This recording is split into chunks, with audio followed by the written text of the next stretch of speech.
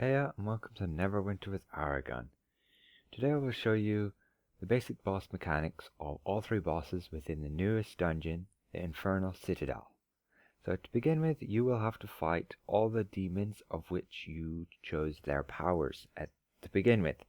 So our party had chosen that demon and this other demon here.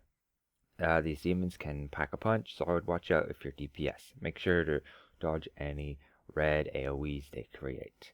So after killing them, you are thrown straight into the boss and into combat. No chance to access a campfire to change your loadout whatsoever. To begin with, the boss will charge at the aggravator, person who has aggro.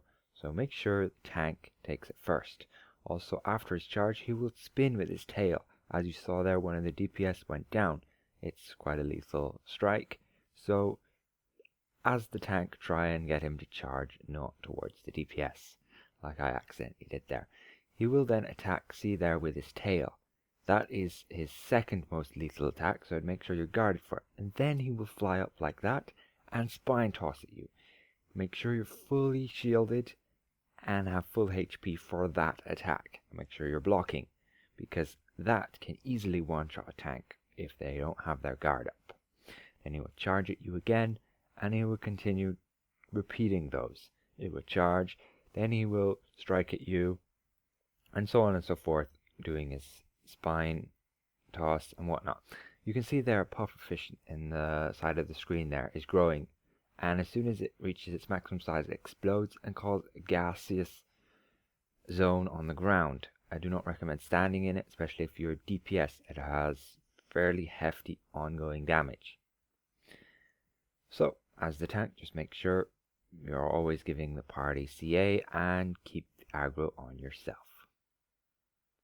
So that's that for that boss. So what it will drop is the Hellforged Chain and also the Bone Double Spur. So now moving on to the second boss. The second boss is, in my opinion, the hardest boss there is. So for now, he will just strike at you with his hammer, and then he will smash with his hammer there, and it will cause fire AoE to spawn on the ground. As the tank, you want to move a little bit back so that it doesn't affect the DPS who are behind him. Then he will hold out his hand, as you saw there, and cause a red AoE on the ground. This you must move out of. If you do not, you're gonna go down. You see there again, he moved up to me and hammer smashed me again. There's the red AoE, he holds out his hand, and now after 25% he crouches, everybody gets stunned, and two imps will spawn. They will grab the two nearest players with their chains and lure them towards them. They will always be out in the open. As DPS, you want to hide behind the pillars before the boss basically erupts and causes fire everywhere like that. It will do about 400 to 500 damage, depending on your defense.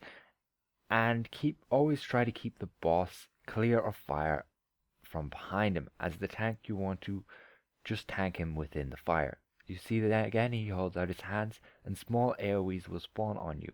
Those will move with you until a certain time where they drop off and cause a small fire AoE. He holds out his hand again and causes a large fire AoE. You want to continually move the boss so that your DPS have CA and that there's no fire behind him. If there's fire behind him, the DPS will have a very hard time to stand in that fire, and you'll be taxing the healer a lot.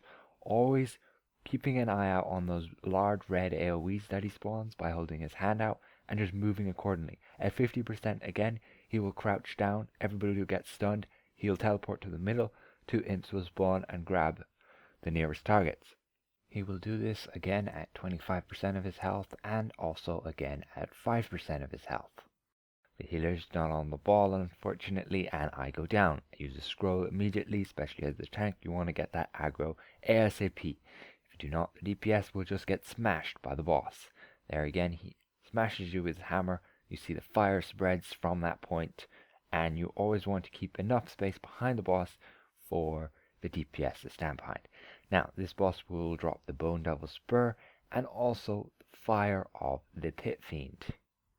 So you've made it this far onto the last boss of the Infernal Citadel. You will be entered into an arena with a grid-like pattern of tiles. To begin with, the boss will start puffing out a few puffs of fire at the aggravator. Then he will flex his mechanical arms and everybody will get a red AoE. You want to move as soon as possible as a group to one tile. You want to coordinate this at the beginning of the dungeon.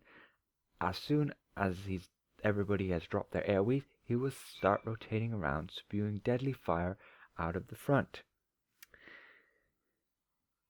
After this, after he rotates, you will see the boss will spew a puff of fire, and then he will start shaking.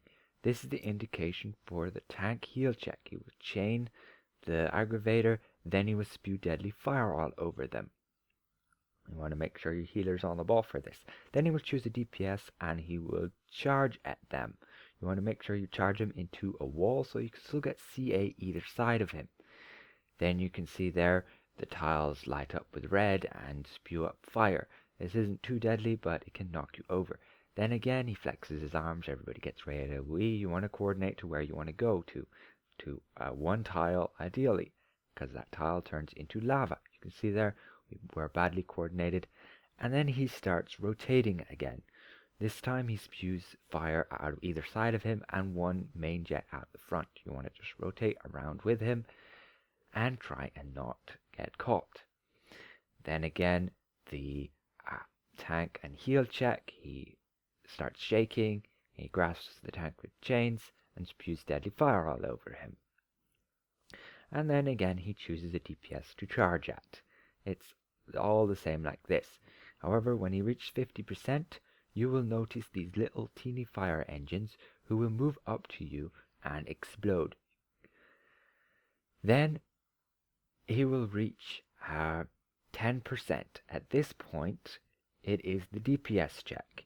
He will, after whatever mechanic he's currently doing, in this case it was rotating, at 10% he will stop still, he will start letting off little puffs, and it's the DPS check. Ideally you want to have the boss in a location where you can get combat advantage either side of him and just burn him down. If you do not burn him fast enough, he will explode and everybody will die. And there we have it. You completed the dungeon.